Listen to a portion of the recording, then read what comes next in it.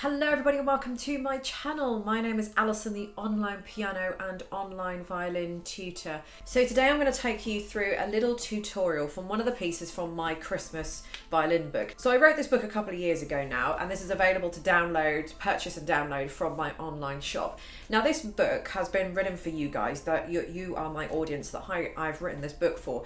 And this book contains 10 traditional and holiday Christmas pieces, but it also contains MP3 backing tracks that I've put together as well. So it isn't just a normal book with just some of your traditional Christmas and holiday songs in. It's also got MP3 backing tracks, and they're all quite different, and I think you're going to like them because some of them are a little bit more traditional, some of them have been made a little bit more modern, but either way it really is just a fantastic book for you to just play at Christmas. But the beauty and the bonus of this book as well is that it does contain tab music. I'll put a little example of what I mean by tab music. So as I said, there are 10 traditional pieces in this book, but there are 9 tab sheets. So there's only one song in here that doesn't have a tab sheet to it.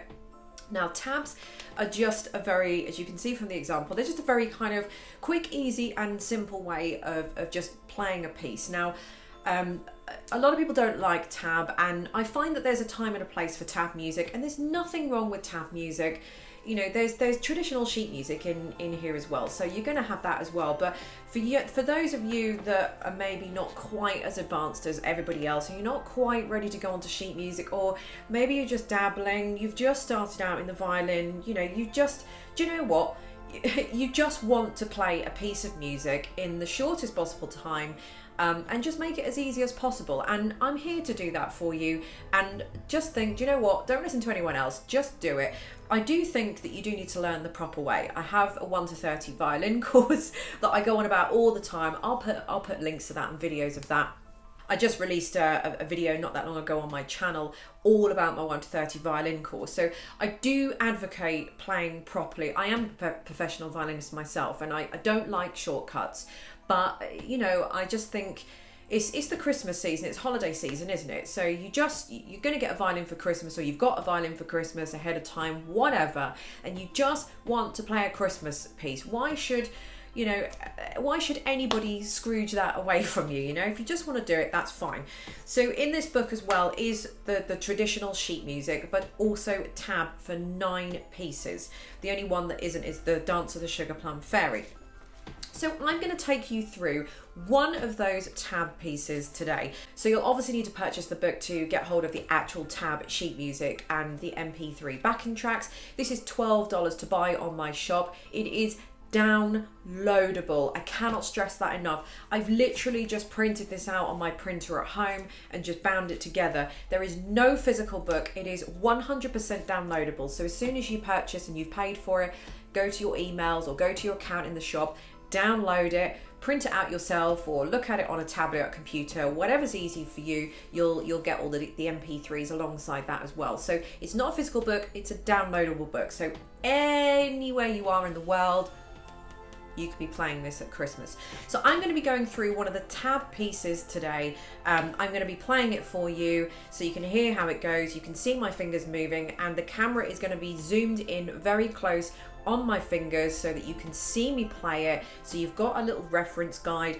and then I'm just going to talk you through just a couple of the notes just very quickly, just to give you a helping hand in just getting on just getting off quickly and just being able to play a simple Christmas song for your family with very little time and effort put in. So I should say, as a sort of caveat, I'm obviously assuming that you know how to hold the violin, and I'm obviously assuming that you know how to hold the bow as well. If you don't know how to do any of those things, then I will put a link underneath, but head to my 1 to 10 lesson course first. So I've got a 1 to 30 violin course, but if you check out lessons 1 to 10 first, everything you need for lessons 1 to 10 is completely free. It's just everything else after that. You'll then need to get books if you want to progress on with that, which I know you will, but you'll need to at least have taken yourself through the first 10 lessons, and maybe even some of the songbook 1 to sort of have a go at this. So I'm assuming that you have some background knowledge of how to play, where to play,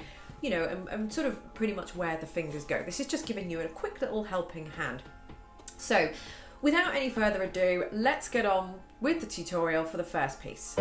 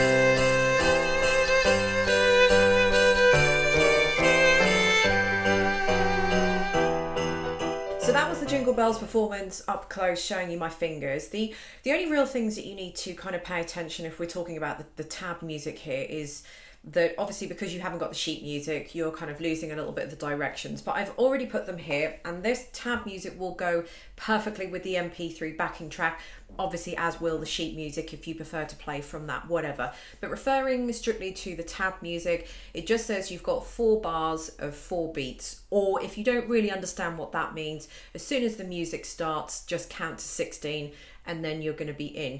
Remember, you've always got my performance. You'll get the MP3 backing tracks and the actual performances as well, so you can play along with me already playing just until you kind of get the hang of it on your own, and then you can play just yourself with the backing track.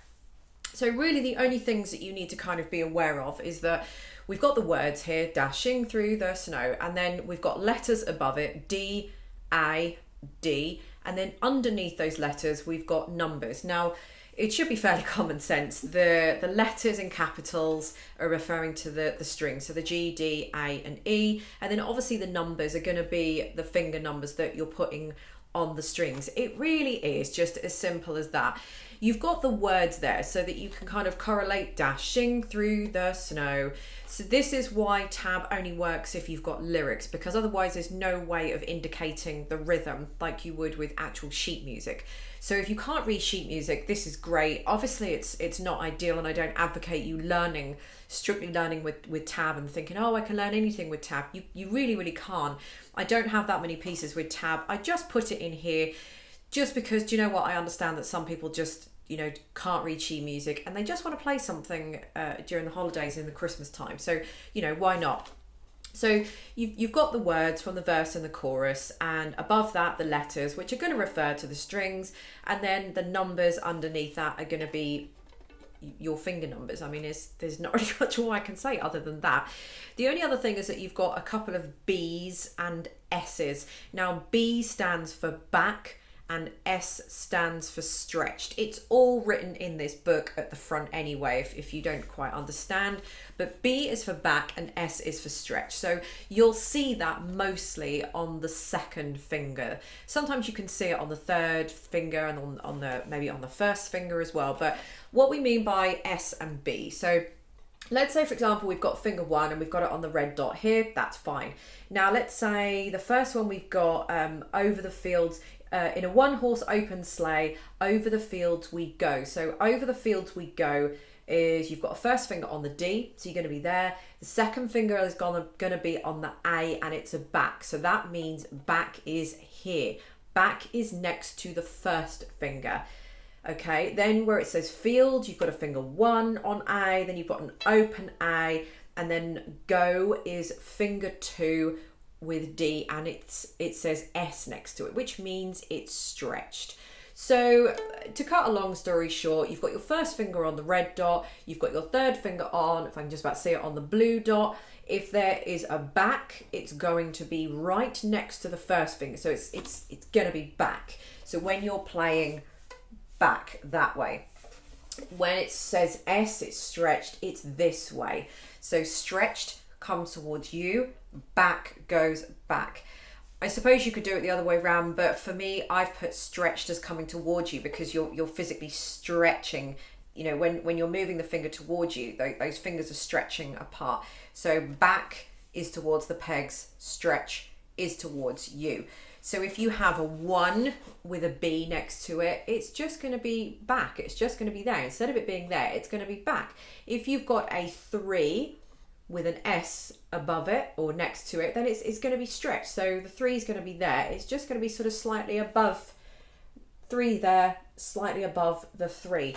So really and truly, that's it. You saw my performance. I mean, you know, I want you guys to kind of do a little bit of working out as well. But I mean, don't get bogged down with words and don't get bogged down with the numbers and the letters. I know some people sing these songs a little bit differently, and they, you know, each of them is kind of slightly different. So if you feel like you kind of want to put an extra note in there or something like that, absolutely do. You know, go ahead with it. Don't kind of get bogged down with the fact that, you know, I'm 1 note out on this, or the way you know the song in your head is ever so slightly different. There's a note that's added in here. Or anything like that. Do you see what I mean? So don't worry about anything like that. Just use this as your good kind of blueprint and your template, and this should tell you everything you need to know. So I hope you've just enjoyed this quick tutorial. Don't forget, if you want to purchase the sheet music and the book with all 10 pieces and the 9 tabs and in all the MP3 backing tracks and the MP3 performances as well, I'll put a link to this book. It's only $12 to download instantly. It's not a physical book, it's a downloadable book. I'll put a link underneath this video here. So there's some more Christmas tutorials for this book, and I'll link them underneath this video. Merry Christmas, happy holidays, and I'll see you on my next one. Bye.